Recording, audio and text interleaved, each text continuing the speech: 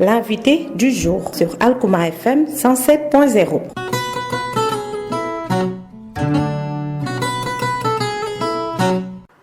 Radio Alkouma mu ngi dal tey commissaire aux enquêtes économiques bu Tambacounda ñu koy faral di wax chef de service régional du commerce wàllu njaay njënd ak njaay fii ci région Tambacounda ñu koy wax commissaire Bakary Ndiaye. tey nag li ñu indi mooy dañoo gis ne contexte coronavirus bi ñu nekk vols commerciaux avion bateau yu bëri arrêté nañ ko fi mu ne nii te foo ne suspension des vols commerciaux nga ne aussi suspension des vols et des échanges commerciaux. voilà donc loolu mbaa yaakaaroon ne mun na jur instabilité ci wàllu njënd ak njaay ci produit yu bëri aussi bien ci àdduna bi ak ci suñu réew yi nga xam ne seen doole demewul noonu. merci c'est vrai que Sénégal jël na décision comme ni nga ko waxee arrêter ay vols commerciaux avec certains pays réew yu dem ni comme France en tout cas 5 pays européens France ci la bokk mais vols yooyu boo ko seetloo bu baax c'est vrai que ils ont le nom de vols commerciaux c'est par rapport à leur jargon mais ñun lu ñu soxla maanaam ci lu ñuy lekk lu bëri te ñu koy jëlee bitim réew jógewul ci biir réew yooyu yi ñu gën a soxla mooy ceeb jeeg diwlin bi yeeg ñoom seen yu si gën a bëri surtout ceeb bi ay Thaïlande Vietnam Pakistan Inde foofu lay jógee te pour le moment coronavirus bi réew yooyu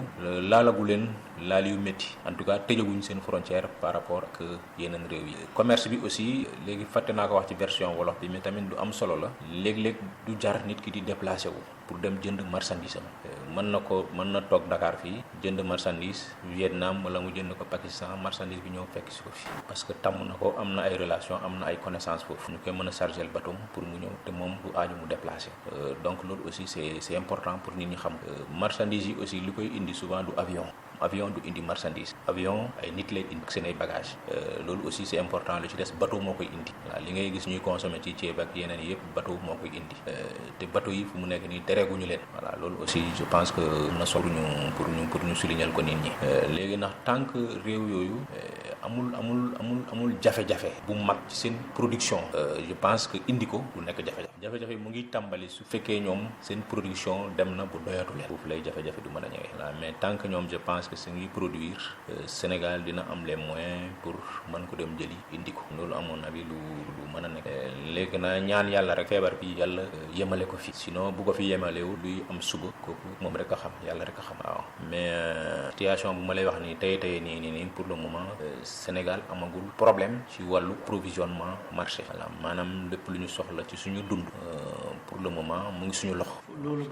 ban jamono. ñaata weer wala at. waaw léegi xam nga li ñuy wax ci suñu commerce suñu jargon dafa am lu ñuy wax stock de sécurité maanaam li ngay dundee boo duggee sa magasin nga xool da ngay gis ne fii ak ñetti weer bu ma jënduloon dara sax li ma yore fii dina ma mën a dundal loolu ndax réew yi buñ ko amee dañ koy teg à côté dem di jënd yeneen di lekk bay stock bi foofu mu tegu foofu ñu demee ba mënatuñu am feneen fu ñuy jënd doog a commencé laal stock boobu kooku dana leen mën a yóbbugul ñetti weer loolu mooy stock de sécurité nga xam ne kooku moom dafay nekk toujours rek boo jëlee une tonne nga génne ko ci biir 3 mois yi pour nga ñëw lekk wala nga jënd 1 mois nga jël 1 mois de stock nga génne ko pour lekk ko da ngay jëndaat 1 mois de stock nga dolli ci xam ne 3 mois yi toog foofu loolu mooy stock de sécurité voilà léegi nag bés boo demee ba jëndatu commencé lekk sa stock de sécurité waaw loolu nag boo ca xasee dugg di commencé lekk sa stock de sécurité te inditu loolu mooy indi jafe-jafe mais jafe-jafe boobu tollaguñu foofu parce que suñu actuellement on est en train d'importer ceeb baa ngi dugg si kon ça veut dire que laaluñ suñu 3 mois yi ñuy wax laaluñ.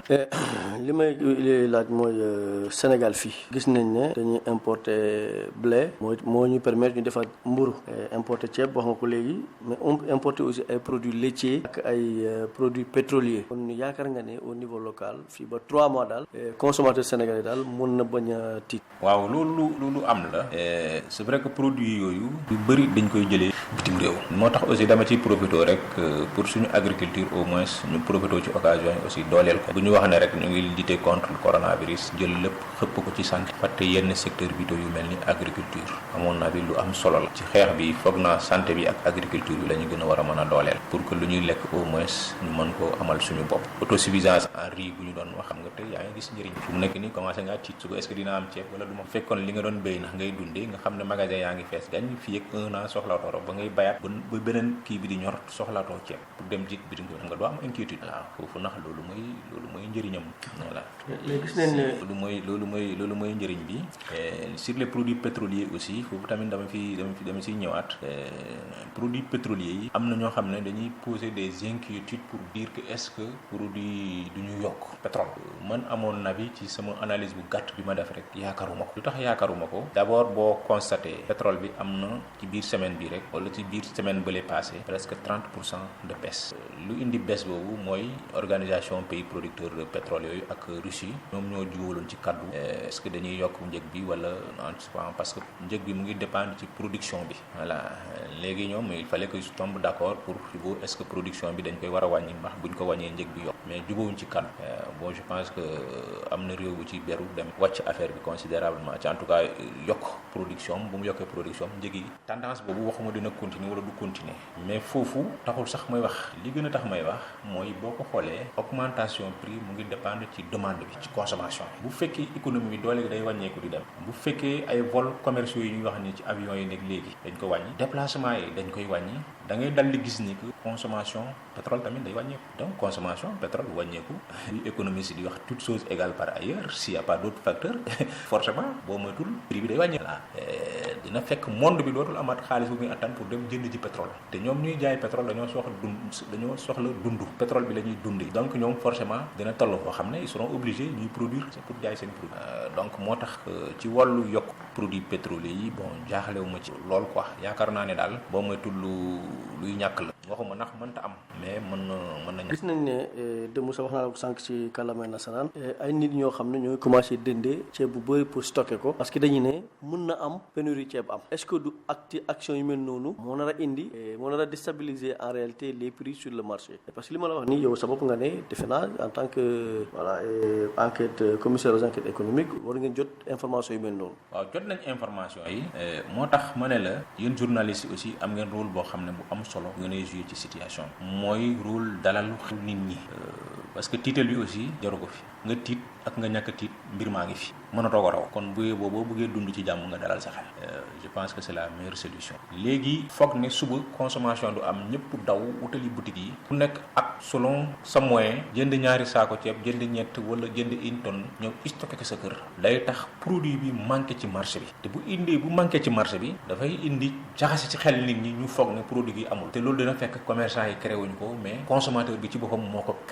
créé pénurie artificielle donc loolu il faut éviter ça nit ku nekk ak ni nga doon consommer habituellement par le passé mais nga continuer di consommer noonu su ko defee inshallah je ne pense pas que mu am benn problème mais éviter di dem jënd yow état def stock de sécurité yow nit ki dem boo bëggee def stock de sécurité dafay dal indi problème parce que yow sa stock de sécurité kenn mënu ci jot mu nga denc sa biir kër yàgg sa njaboot kese la voilà ñëpp bu ñu utalee seen bopp ay stock de sécurité yoo xam ne dafay bari bu yàggee produit bi ñàkk ci marché bi voilà te dina fekk sax réellement mu ngi ci biir Sénégal waaye danay fekk yow demande au niveau kii dafay bëri bu commerçant yi léeg-léeg doon pour ñu indi lépp comme ni ko nit ñi soxlaa d'un seul coup dafay dal di jafe ce qui fait que diggante ñaari approvisionnement dana consommateur day am impression que produit bi ñàkk na te day fekk kii jógee fii pour dem Dakar dem indiaat beneen camion dafay jël temps voilà dafay fekk benn camion bu mu indi dañ ko njiru balaa muy delluwaat Dakar pour dem indiaat beneen camion tu as l'impression que ceeb amul ci biir réew mi te fekk alors moom fu mu koy jëlee ceeb baa ngi mais ñun suñu région yi peut-être fii la manqué mais lu ñu ko ngiroo moom moo tax mu jeex dana fekk ñaar wala ñetti nit ñoom ñoo ñëw jënd ceeb bi yëpp dañ ci seen kër ñeneen ñaa ngi toog fi soxla